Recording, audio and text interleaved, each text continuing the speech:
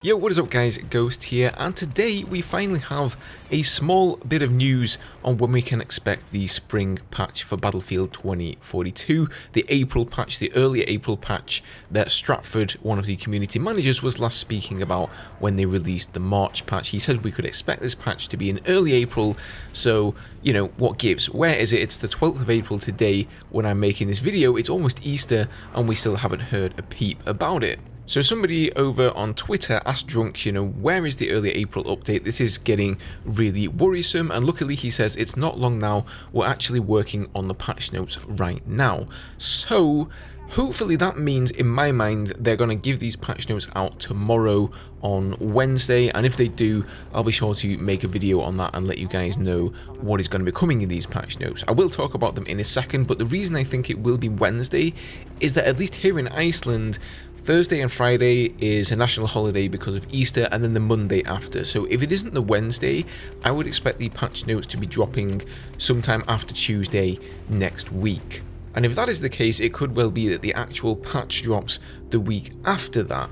And if that happens, then the patch will actually end up being like towards the end of April rather than early April. So not great, but who knows? Hopefully I'm wrong. They're going to drop the patch notes tomorrow, and then we're going to get the patch straight after Easter, so we can all, you know, finish our vacations and go into some new stuff in Battlefield 2042 for a change. Now, what is that new stuff? Well, the things that have been confirmed so far that we do know are coming are things like VoIP. We also have the scoreboard coming to the end of round screen, so you know, kind of the most important part of the game when you want to see it, right? When the round is actually over and you have time to look. So that's good. And they're also bringing in some of the vehicle changes that I mentioned in some previous videos, and you may have heard about those. But if not, basically, they are reducing the amount of vehicles available, they're increasing the spawn timers, and they are moving some of the vehicles around as well. So the Nightbird and the Bolt, those will be moving into the attack vehicles categories where I really think they belong. That should alleviate some of the problems with infantry players getting blasted by vehicles left, right and centre all the time. Now, on a different note here, I did put in the title that Battlefield 2042 has hit a new low in terms of player numbers, and these are the numbers on Steam here. So this was taken sometime in the morning. It was definitely off-peak, and there was only a measly 951 people playing the game at that time. Remember, when the game released, there was over 100,000 active users on Steam, which means that the Steam player base, at least, has now fallen below 1% of what it was originally, which is really sad to see. You know, I'm not even laughing or pointing fingers at DICE, I'm just kind of upset for the Battlefield franchise as a whole currently. Now, you might think those numbers are one thing, but recently, GameIndustry.biz published a huge article with a bunch of statistics about the gaming year of 2021, and amongst those statistics were things like the most googled search, the most watched PC trailer, the most covered games, etc.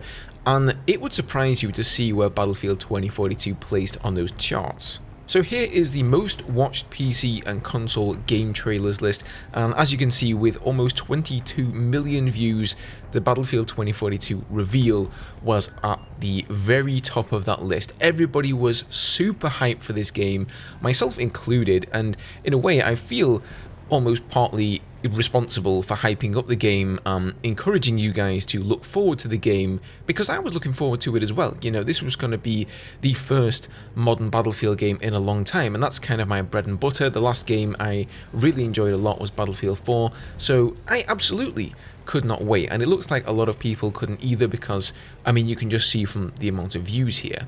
So the hype was really real. Also, if we look at the most covered games, Battlefield 2042 is number 6 there, so I definitely was a part of that, covering the game. The most covered companies, we've got Electronic Arts in 8th place, and then if we look at the most googled searches, Battlefield 2042 is in 3rd place, just behind FIFA 22 and Popcat?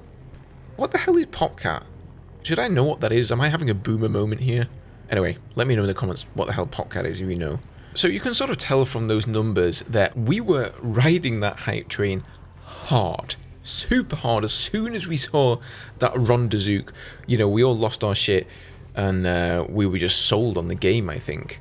And of course, you know, it isn't our fault. DICE definitely should have produced a finished game that met the standards and the polish that Battlefield games should meet and that we've come to expect. Battlefield 2042 obviously didn't do that, but at the same time I think that, you know, us as consumers, we've definitely learnt a valuable lesson, and at least if judging by my comments on my YouTube videos is anything to go by, it looks like a lot of you will not be pre-ordering the next game, will not be buying into the game, the hype, in any way, shape or form, until we've seen some actual proper gameplay.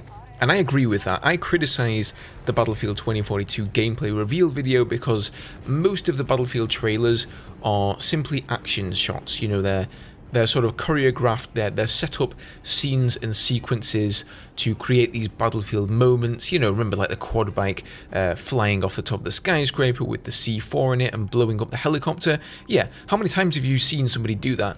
I've never seen anyone do that in 2042. So they really tried to play on that nostalgia, I feel, of those Battlefield moments from Battlefield 4, like the rendezvous and stuff, and they really played upon those old feelings that we had. And then of course in the actual game it turns out that nobody's really doing stuff like that. The closest thing to a Battlefield moment in 2042 is strapping some C5 onto a recon drone and laughing as you blow up some helpless tank on the ground. So next time, I think DICE, they really need to just sit down and do some proper gameplay. Just have a developer play the game as I would play the game or you would play the game, and let us watch. Maybe they can have some commentary over the top so they can explain what's going on. You know, the kind of thing that like indie developers do. They sort of sit down with their game, with the developers, and they talk about the game. We don't need flashy trailers with, you know, remixed Rihanna songs and whatnot in them. Just give us some proper gameplay next time to judge the game by. This is turning into a bit of a rant, so I'm going to wrap this up here, guys. Let me know down below if you do know what PopCat is, and also what you think of the video, and are you even going to bother checking out this April patch? You know, are you just done with the game? Do you still even have it installed on your system? Are you going to be able to, you know, hop on there and check it out, or are you going to reinstall the game just to see what's coming? Like I said, apart from the vehicle changes, the VoIP, and the end of scoreboard change, apparently there is like 200 or 300 other changes, but I'm going to assume that most of them are bug fixes. But I guess time will tell. We'll get those patch notes in our hands soon, and when we do, I'll be sure to let you guys know. So don't forget to hit the subscribe button down below. Have a good one, guys, and I'll see you in the next video. Cheers.